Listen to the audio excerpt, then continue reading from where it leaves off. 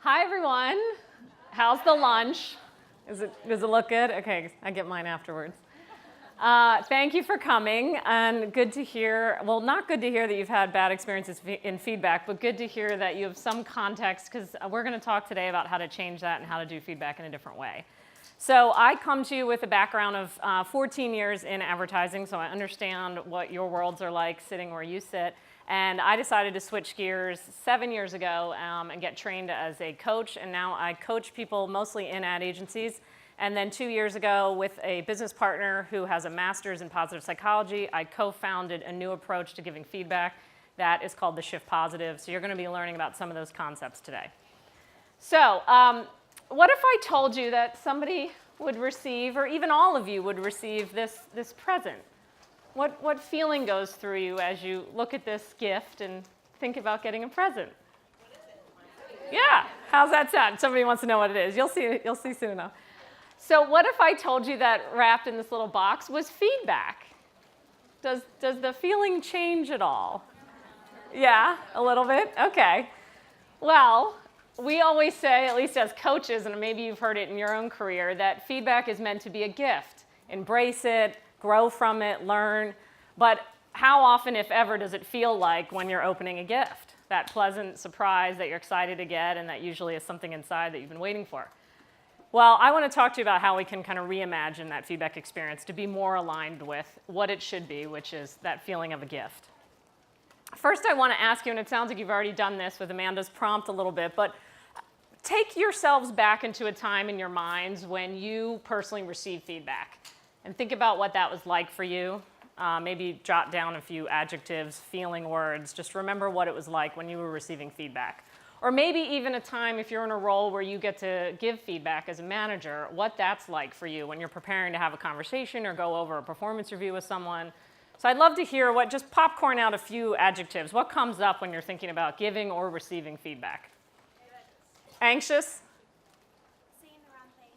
Saying the wrong thing. So there's like a nervousness around that. Yep. Vulnerable, yes. What was it? Say again? Resistance, yep. Any others? Underestimated. Defensive, empowering. There's always a positive that sneaks in there. That's good. Well, it sounds like more times than not, your experience with feedback is more like this image than the one that I opened with, than the image of a gift. And that's because feedback in organizations today essentially is broken. And a lot of what I mean by that is whether it's a performance review or a 360 process, there's several design flaws to why feedback is broken. First of all, more times than not, the feedback is confidential.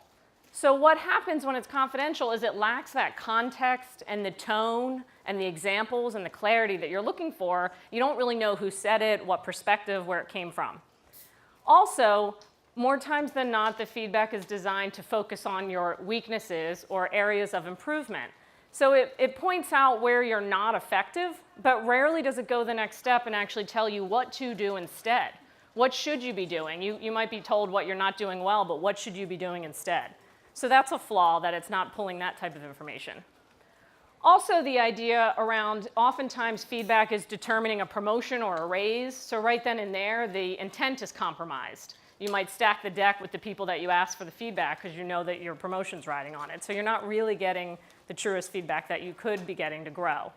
And lastly, feedback often lacks that idea of system support, or that idea that you need people around you to be able to grow and change. Usually the feedback's given and it's this one-way conversation, and then that's it. It's never really talked about again. So even if you do start to change, who's really looking for that change, tracking it, and more importantly, acknowledging it back to you? So as a result, this is leaving people in organizations feeling alone, isolated, confused, and feedback as a result is not effective. Furthermore, what's happening with feedback is there's flaws in the way that it's being delivered. First of all, more often than not, it's not being delivered enough or at all. That's a big problem. But even the feedback that is being delivered, it's typically focusing on the wrong stuff. There's research out of the Strength Finders 2.0 book from Tom Rath that shows if a manager focuses on giving feedback around strengths, the likelihood of that employee actively disengaging in their role is 1 out of 100. 1% are likely to disengage in their role when they're receiving ongoing feedback around their strengths. That number jumps up to 22% are likely to disengage when the feedback is only around weaknesses. But what's really shocking / an amazing opportunity is that number is 40%. Nearly half of employees will actively disengage in their role if they're receiving no feedback at all. So I tell you right here and now, if you remember nothing else from this session, if you're not giving feedback, that's a problem. And if you're wondering why people are leaving your companies, that's probably a huge reason why. And if you are giving feedback, I want to help you focus on the right feedback to make sure that you're holding on to people. So it's time that we change that feedback experience to be the positive and constructive and effective process that it was always intended to be. So I want to invite you to imagine a new way. Imagine if the feedback you received told you all the things that your colleagues loved about you, the things that they appreciated about you, and went a step further and actually asked your colleagues to comment on when are you at your best, what are you doing, what does that look like? And they described you when you were at your absolute best, in addition to naming your strengths and the things that they see that are your best qualities. And then they went a step further and they actually painted a picture for how they envisioned you could be even more effective in your role. What else could you be doing that would help you be more effective? And for everything they offered up in a way that you could be more effective, they also volunteered something that they were willing to do to help you get there. So for anyone giving feedback, they're also giving a commitment in return to say, I want to help that person succeed in that way, and I'm willing to do this to help them get there. Imagine if that was the feedback process. Right? Yeah, a little different. So feedback at its best, what does that look like? First of all, you need to trust the intent for the person that's giving it. You want to know that that person that's giving you feedback has your best hopes and dreams and they have the best of intentions for you and they want to see you succeed and grow. So when that message comes from someone like that, that's when feedback's at its best. There needs to be context, and ideally, and I'm going to speak to this a little later, you know who's giving the feedback. No more of this confidential and anonymous stuff. You need the context, the tone, the understanding of where and how it's coming from. When are you doing that? In what meeting? How did I do it? How should I do it differently? You need to understand those things. Further, you need to understand what to do. It's just not enough to understand where you're falling short. You need to understand what behaviors should you be embodying instead. What does that look like? It needs to be timely. If you're only giving feedback once a year performance review, that is a fail. We need to be giving feedback in the moment, helping people grow iteratively throughout the entire year. And lastly, there has to be a component of social support. For every piece of feedback you give, you have to be asking yourself, what am I willing to help that person get there?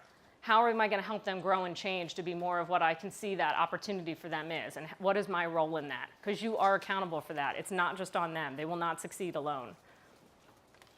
So I want to talk to you about changing this feedback experience. I come to you as an executive leadership coach who co-founded this process called the Shift Positive. But really what I'm going to share with you is a few concepts that you can immediately start applying, and we're going to actually do an interactive exercise with one of them before you leave today. So you'll actually have useful tools that you can start using tomorrow. The first is the how. How are we going to change the feedback experience? And that's essentially going to be through positive psychology. And I'll be speaking about what that is here in a minute. And then there's the who, because the feedback is much more than just the person receiving it. There's all these other people involved. So I want to talk to you about what does it mean to create a system of support. And on your tables there, I've left some postcards. Grab one of those, and it speaks a little bit more to the approach, has my information as well. So positive psychology, I'm just curious, a quick show of hands. Who's heard of it or might know a little bit about it? Awesome. Okay, I love opening minds. Okay, so positive psychology, by definition, the scientific study of what is right in individuals, organizations, and communities, otherwise known as studying well-being or flourishing. What helps an individual to thrive? Looking at what's right in someone versus what's wrong. So Marty Seligman is like the founding father of positive psychology, and back in 1998, he challenged the traditional field of psychology to broaden its view, to start looking at not just what's wrong with people, but what's right. And as a result, that opened up a whole new world. It's the idea that simply alleviating the negative does not mean you're growing the positive, that it's two different mindsets. And so I want to share a quick video with you that helps explain a little bit further about positive psychology, if we can cue up that first video.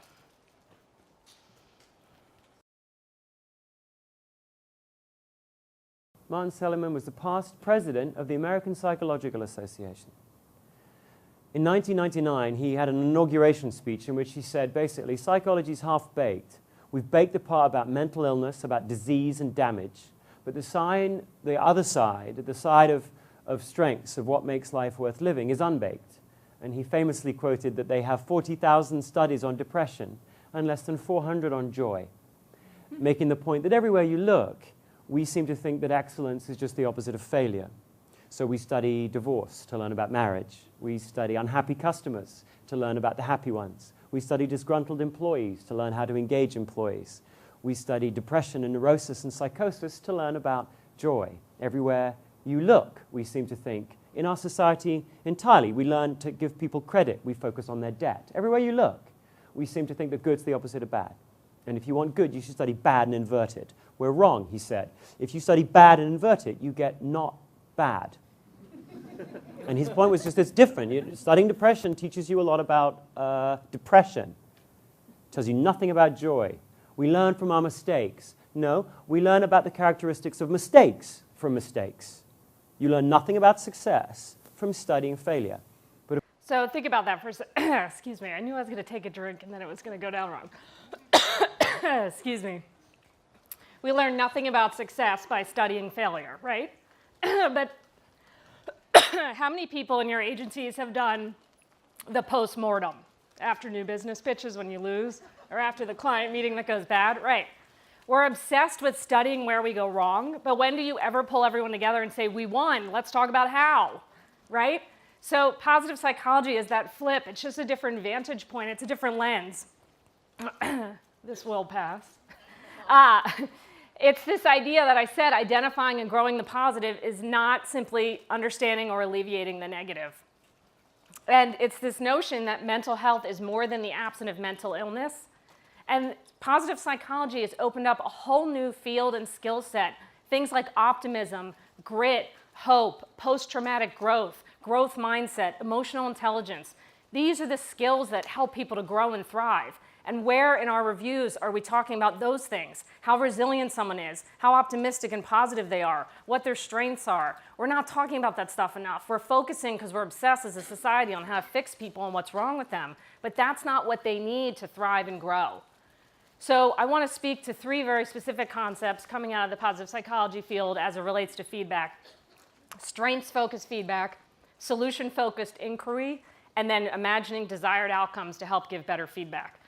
So first, strengths. I love to say to my clients, don't think about your strengths as what you're good at or what you're bad at. Or again, we're obsessed with like, where am I strong, where am I weak? Think about strengths as it says here, Marcus Buckingham, the guy from the video, he likes to say, strengths strengthen me. Your strengths are when you're at your absolute best. When you're operating in a place of a strength, you reach what we call flow. And flow is that optimal balance between skill and challenge. It's when you're working on that thing and you completely lose track of time and you're super immersed in it and you're just in flow. That's usually when you're using one of your strengths. There's research that shows when we're operating in our strengths, it has 3 times the effect of increasing our overall well-being. It is hugely important to understand what your strengths are, to make sure that your job allows you to be performing in your strengths, and then as managers to understand what your employee strengths are, because again, going back to that earlier research we talked about, if you're able to give feedback to someone when they're operating in a place of a strength and you're able to mirror that back and tell them how they're doing in their strengths, that's going to keep them engaged in their job. We're our most energized and our most engaged when we're operating in our strengths. We need to be talking about strengths and highlighting them in feedback. We're so used to the strengths being followed by the weaknesses. Well, in my approach, we don't even use that word. We hate the word weakness. It's not effective. Sometimes weaknesses are informative and insightful. We can have a blind spot. Sometimes someone needs to understand what that is. But by themselves, weaknesses aren't enough. They actually can do more harm than good because of something called negativity bias. And I'll explain this image here in a second. But essentially, negativity bias is the way our brain works. It is programmed to hold on to more negative things, to see them and to hold on to them and remember them. Oftentimes, this saves our lives. The classic example, you're hiking through the woods and you see a stick, and for a second your brain tells you it's a snake, and maybe it is one time out of 100, and that saves you. But you'll remember that. That becomes a trigger. And so with negativity bias, what we want to do to counter it, to keep our brain in balance, is to understand and to be looking for more positives. There's something called the positivity offset, which means our brain actually it feels more positive emotions throughout a day, but it remembers the negative ones. And so this little illustration, my business partner likes to draw funny images, but essentially the way Marty Seligman describes negativity bias is that popcorn husk that gets stuck in your tooth, and maybe there's something else like a sesame seed from your lunch right now, and you can relate to this, but your tongue spends the entire time moving around your mouth obsessed with figuring out where that popcorn husk is until you find it. But when is your tongue ever moving around your mouth saying, oh, my teeth are so smooth, my tongue feels so flexible today, my mouth is nice and warm? You know, it doesn't happen. And that's what can happen in feedback. We don't walk around reiterating to ourselves, unfortunately, the messages we hear about our strengths and the things we're doing well. We remember the one thing that made us feel shameful or that got highlighted in the review that we need to do better. And it becomes the popcorn husk. But focusing on that one thing likely isn't going to be the thing that's going to help you propel forward. Working on your strengths will. However, that doesn't mean that we don't talk about areas in which you can grow. And it doesn't mean that we shouldn't get to the areas where you could be more effective. And the way to do that is being really artful and thoughtful about how to frame the questions. And this is called solution-focused inquiry. And if you're interested in learning more about this, there's a great book out there called 1001 Solution-Focused Questions. And literally the book is 1001 questions. And it can just help you start to prompt conversations this way. There's a saying that the solution doesn't care where the problem came from. We don't really always need to go back and dissect the problem in order to know how to move forward. In order to help someone grow, do they really need to understand all the ways they did it wrong first to know how to do it better next? Usually not. So if we think about how we actually frame the questions when we're gathering feedback on people, it's the difference of why didn't you make your budget last quarter versus how could you make your budget next quarter? Or what would it take to make your budget? Either the what or the how in that solution-focused space is going to get you a much more productive answer than thinking about what are all the ways that it went wrong. Same with the new business analogy. How did we win this pitch versus why did we lose the last one? Which one's going to take you forward and help you be more successful? The way I like to describe this is essentially we're talking about behaviors and habits and things that people could do better to get out of their own way. Usually we're the thing in our way that keeps us falling behind from where we want to go. It's usually something that we actually can control. So it's hard to break a bad habit if you're someone that constantly interrupts. You don't mean to, but it's to kind of become a pattern for you. So instead of just saying, I'm never going to interrupt anymore, that's going to be hard to stick to. It's like the New Year's resolutions, right? You say them and you mean them, but it's hard to do. Instead, you have to name what the new behavior is going to be. You have to understand what the person should be doing instead of what they're currently doing and coach them towards that. Let me give you an example. I was collecting feedback on a client. I'll call him Jared. I was interviewing his peers and his direct reports. He ran a department. I was hearing a lot of themes that Jared talks a lot, which is great. He's passionate. People love that. They just know he's a talker. But how that shows up in meetings is he starts dominating. His peers are sort of pulling away because they're like, it's the Jared show. His direct reports don't feel seen and heard. And when he gets really passionate, he interrupts people and cuts them off. So like everyone's starting to feel like they're shrinking and it's just all about Jared. And he's now running the department and pretty key in his agency. We can't have this being the case. But I didn't capture those things because if I wrote that down, first of all, that's going to make Jared feel pretty bad and that's going to trigger his negativity bias. And then he's going to feel like I don't want to talk at all in a meeting or I better not, even speak up, and that's not what we want either. Jared's key to the agency, right? I mean, we got to have him talking. He has a lot of good thoughts to say, but how do we find that balance? So what I said to his team was, if Jared was interacting with you the way you need him to be, what would that be? What would he be doing? Or if he was running a meeting that you could imagine would be more effective, more productive, what would that look like? What would he do? And I started to get some really great suggestions. Someone said, as obvious as it is, but how can he practice his active listening skills? I said, that's great, but what would that look like? How will you know when he's listening? Because you need to be able to recognize it in him too and give him that support and encouragement. One guy said, well, if he just even sat back in his seat in our one-on-ones and kind of sent that cue that he was like sitting back and inviting me to talk. Okay, I can see that. I understand what you mean. Or what if he started to ask others for input? If he just kind of surveyed the room and asked for our opinion, that would be great for us to have an opportunity to talk more as a team. Or maybe he walks in and says, hey guys, I'm going to just facilitate today. I'm just going to move us through this discussion. You guys are going to do all the talking. Great. Or if he just kind of took on a perspective of I want to understand, I want to be more curious, and I want to ask more questions. If Jared simply chose even just one of these as the new behavior that he was going to practice, and he was diligent around doing that, he would automatically be doing less of what's on the left, because he would start replacing that habit with the new habit. But the key is, it's really hard to do that by yourself. So what would be amazing is the people that suggested these things, if then when he does it, they reiterate it to him afterwards. Hey, you asked for my opinion, that was really helpful. Or way to survey the group, you got Sally to talk and she never speaks up. You know, we need that reinforcement because we're building a new habit. It's being a beginner again, so you need somebody highlighting what you're doing well. So it's not enough to just stop with the feedback. There's another reason why it's really important that we get this specific with kind of what to do and that we're able to name the desired outcomes. And I'm going to use a video to help illustrate that if we can. And you do need to be paying attention from the beginning of this video. So just I'll ask you to be ready to look up here as we hit play. How many passes does the team in white make? Go!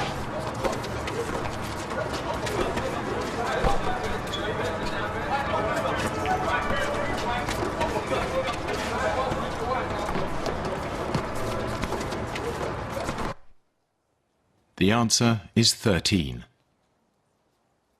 But did you see the moonwalking bear?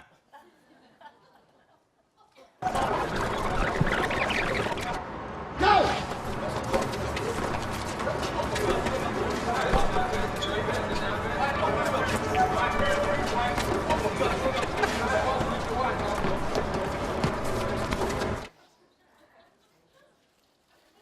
So I use this video all the time, but it's perfect for this conference because it's actually an ad for cyclists. But simply put, we don't notice what we're not looking for. Quick show of hands, who missed the gorilla? Yeah, majority of you, right? And this video actually went viral, so I'm wondering how much longer I can use it, but it's still working. We don't notice what we're not looking for. This is called unintentional blindness. And so what happens in feedback is until we're able to name the new behavior, we're not really priming ourselves to be ready to notice it when it starts to happen. So even if that person's trying their darndest to not interrupt, if you have it named like what you want to see them doing instead of not interrupting, you're going to walk around with an unconscious bias and seeing them through that old filter, because that's what you're so used to. Jared's the interrupter. He dominates. But Jared might have gone 3 meetings where he asked more questions and volunteered people's opinions, but unless you were one of the people that kind of named that as a way you would notice Jared growing and changing, you're likely going to miss it because you just simply don't notice what you're not looking for. And so it's really important that you get to that level of clarity and specificity, not only for the employee so they know exactly what to do to be effective, naming the desired outcomes you want to see that person doing, naming those new behaviors, but also for yourself and for the people around that person to set them up for success so you are clear on what it's going to look like when they start succeeding so you can positively reinforce it and reiterate it, because that is going to be the very thing that makes it stick. So I want to do a little exercise with you guys to make sure this concept sticks for you. On the tables, there should just be a piece of paper that has a T on it, kind of like the one I showed about Jared, with a left side and a right side. And if you're up for participating, and there should be plenty, so if you're on the floor, maybe see if others have extras on the table, just hand them around, because I think I made like 100 copies, so there should be. And while we're getting that organized, I want you to just have somebody in your mind for whom you could give feedback on. You don't need to share who it is. This is just your own personal exercise. It can literally be your partner, your boyfriend, your girlfriend. It can be a sibling. It can be someone you work with. If you're a manager and you're responsible for giving someone feedback, I highly recommend you use a real person, because this can be a really helpful exercise. And then I expect you to leave here and have that conversation tomorrow.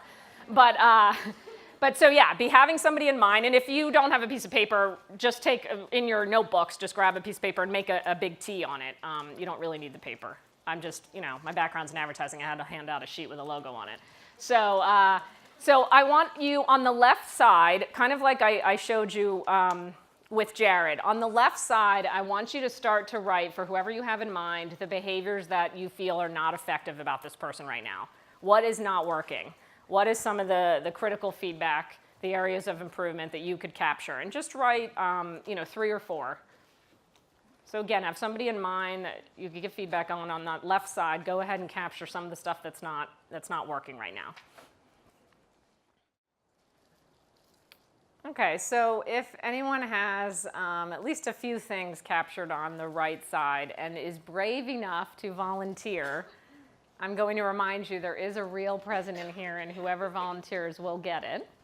But also, if there's anyone that has a very timely situation or truly could use this support around thinking about how to have a feedback conversation, this would be really helpful. So I just invite one volunteer, and if we could give that volunteer a microphone whenever they present themselves, that would be great.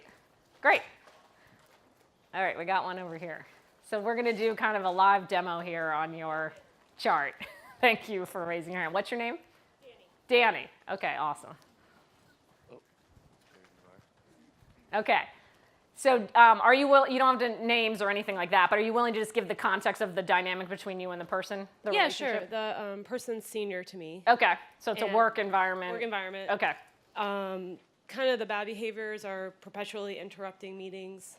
Like, oh, I'm sorry to interrupt, But but I'm going yeah. to do it. Yep. Ends up not paying attention. Oh, I cleared my cache. Can we rehash that whole thing again? Shoots down other people's ideas and is consistently 10 to 15 minutes late for everything. Okay, all right. Real fun one. Yeah. So, and I'm not asking because we're at a gender-focused conference, but just so I can be accurate, is it a he or a she? She. She, okay. So, so it sounds like she kind of marches her own beat. She shows up when she wants, which tends to be late.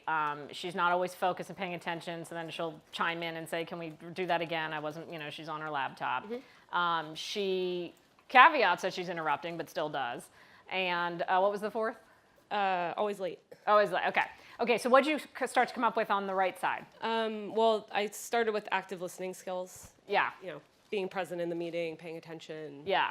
So letting what would that look like if she was present in a meeting? I mean, the easiest thing is to actually just close the computer. Yeah. And just be participating in the meeting where she's sitting. Yeah, sure. Okay, so just by simply closing the computer, it would send the message to everyone that she's engaged. Yeah. Okay, good.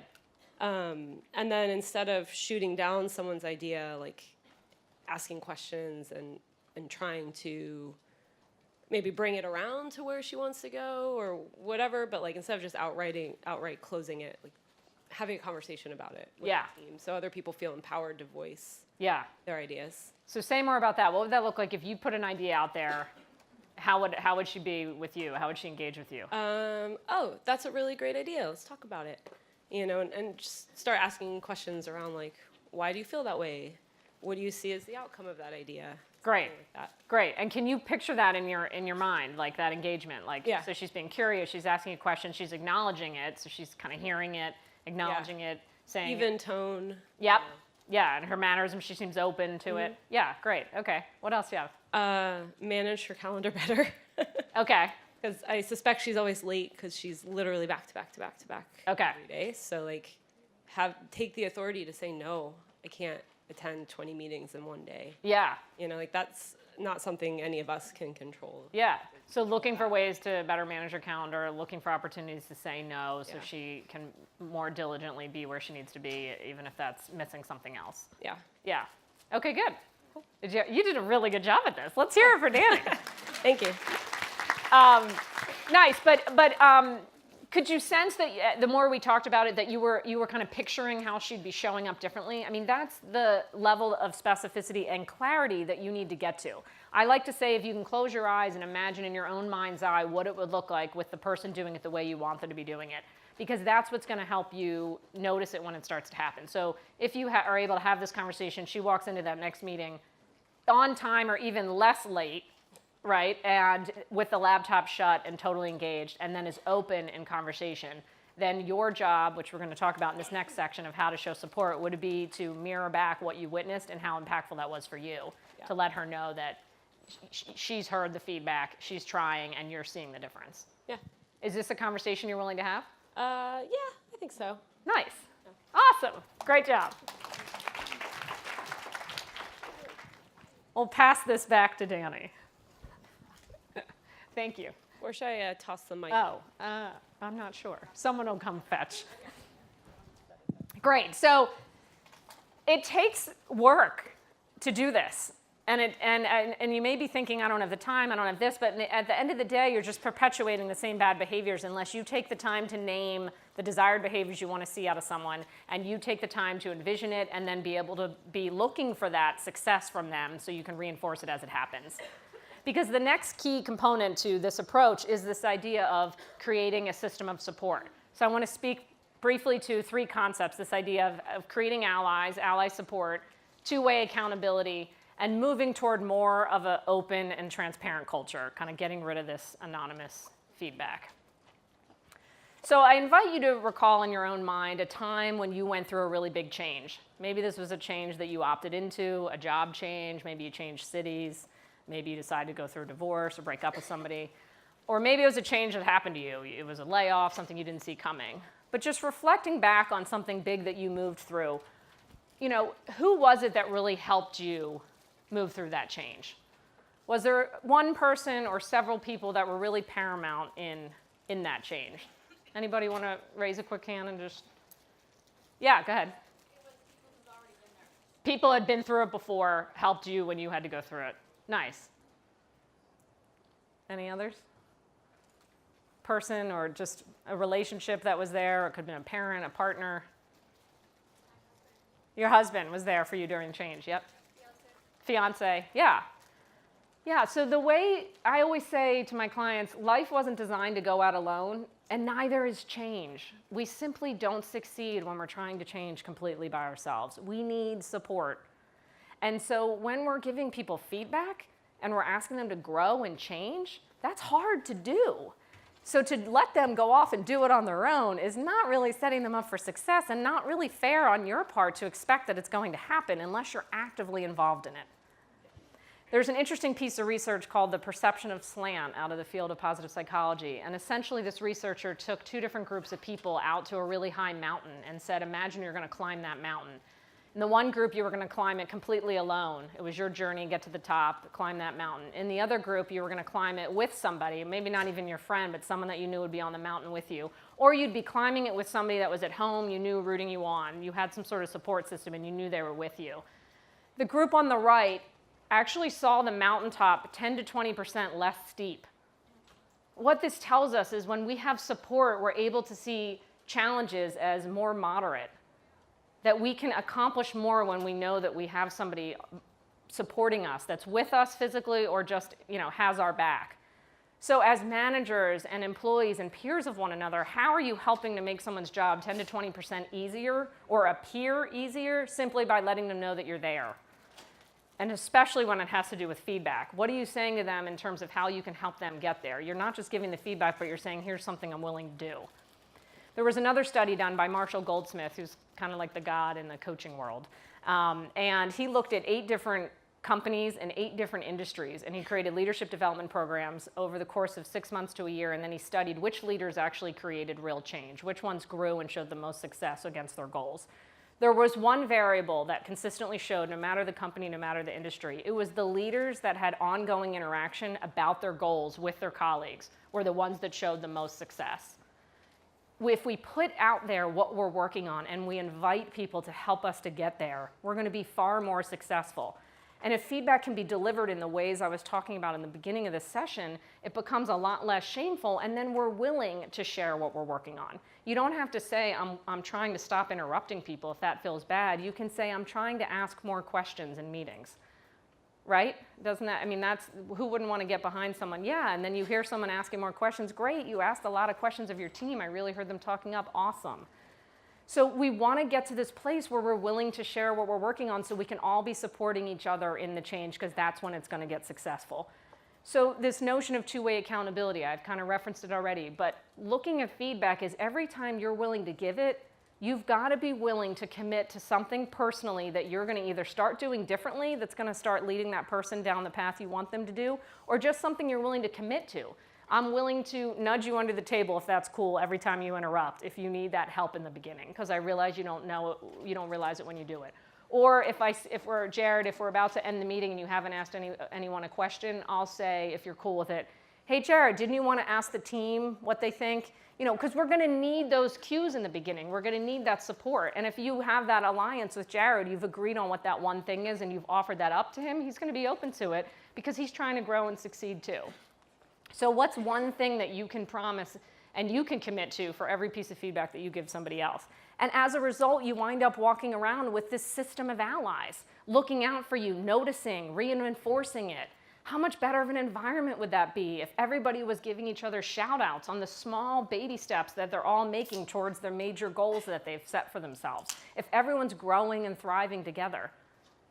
So in order to do this, we have to be willing to shift to more of a system of openness. This idea that if we don't have something constructive to say, we say it confidentially. Somehow confidential feedback has given everyone the right to just kind of make these one-way pot shots, say whatever they want, just it's in a system or I'm just going to pass it on through somebody else and it'll wind up in the review, but it'll never get tied back to me. That's not helping anyone. It's actually hurting them for the reasons we talked about before. It's making them feel bad when it's written that way, but it's not helping them, and you not being a part of it isn't helping them either. So how do you say something more constructively and then be willing to be a part of it, be willing to follow up, being willing to offer to be that person that's going to help reinforce that? So in summary, looking at kind of the shift positive approach versus what traditional feedback looks like, we focus on strengths and we focus on what success looks like and what to do more of to get more of it. And we focus on what to do instead of what's not working or what the weaknesses are. We never cue the question up around a weakness. Instead, we say, what could someone do to be more effective? What would that look like? So we use things like solution-focused questions to help frame that.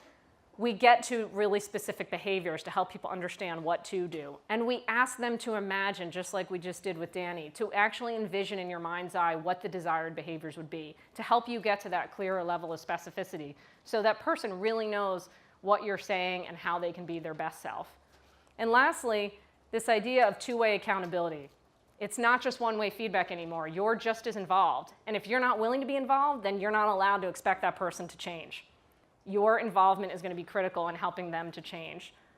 You have to be willing to create a system of allies to open up that culture, be more transparent, and have each other's back. So in closing, feedback really is a problem in organizations, and 15 years in advertising, I can attest it's no different in agency life. In fact, it may be worse. I remember in some of the agencies I worked, we barely even kept to an annual performance view, let alone iteratively throughout the year. But I really do believe that if you guys can take some of these core principles, we can find our way back. We can help create and foster cultures that help people to thrive and grow. If we switch the lens and start looking at what's right in people, where they're strong, what their strengths are, and then if we help paint the picture for how they can be more effective, and maybe most of all, if we're willing to be a part of it, then people actually can succeed and grow. And maybe we can finally stop the bleeding with the retention issues that so many agencies are facing, and we can learn how to hold on to our people by simply investing in them and spending the time to support them and give them the feedback that they deserve. Thank you.